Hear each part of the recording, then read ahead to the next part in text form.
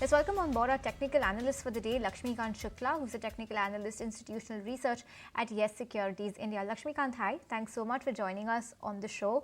Give us a sense of what we've seen from the market today, especially given the way the VIX had surged yesterday. Today, we've seen a significant cool off coming in on the VIX today. We have managed to hold down above the 23,700 levels. Was yesterday's correction just a one-day sort of a downtick that we have seen, or do you think this kind of correction could continue going ahead given so much is happening globally, and back home we also have the earnings season kicking in? So is today's fillip temporary? Can we expect more action like the one we saw yesterday, or can today's momentum continue and be carried forward ahead as well? Good afternoon, Snehi, and good afternoon, Priyanka. Thanks for calling me on your show. Now, talking about the market, yesterday our market witnessed a significant decline, with the Nifty decisively reaching the crucial support of 200 DMA levels around 23,900. Now, this level could act as the formidable resistance. See, our index has already witnessed a significant 10% correction from its all-time high. Despite this, index continued to show weakness.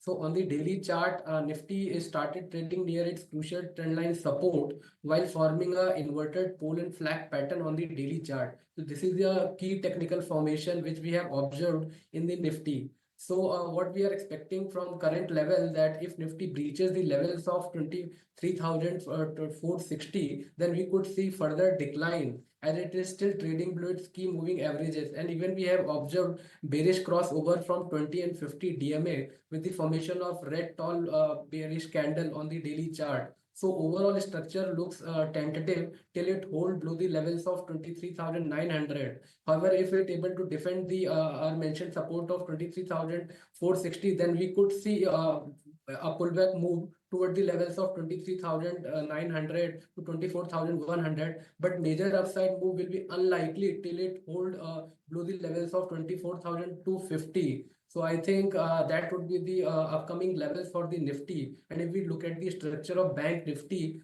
so it's already broken its support of 50,600, where 200 DMA is placed. It has already given that inverted pole and flag breakdown. So Bank Nifty breaches the levels of 50,600, then we 49,600, then we could see further decline in Bank Nifty toward the levels of 49,200 to 49,000 zone.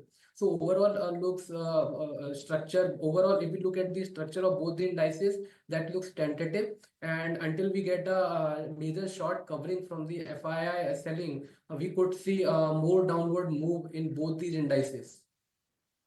Out of the woods, that's what Lakshmi is talking about. But then in that, help us understand which are your top two bets that you want to recommend to our viewers.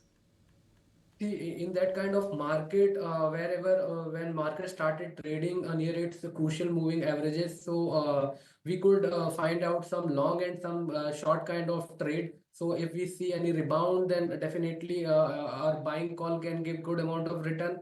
And if it breaches this mentioned support, then we could see we can take profit from our short call. So first, I would like to discuss about the our buying recommendation. So that is from auto sector. So one can go long in Tata Motor. See, from last few days, this stock has rebounded from its lower level, and we have seen positive divergence in the RSI.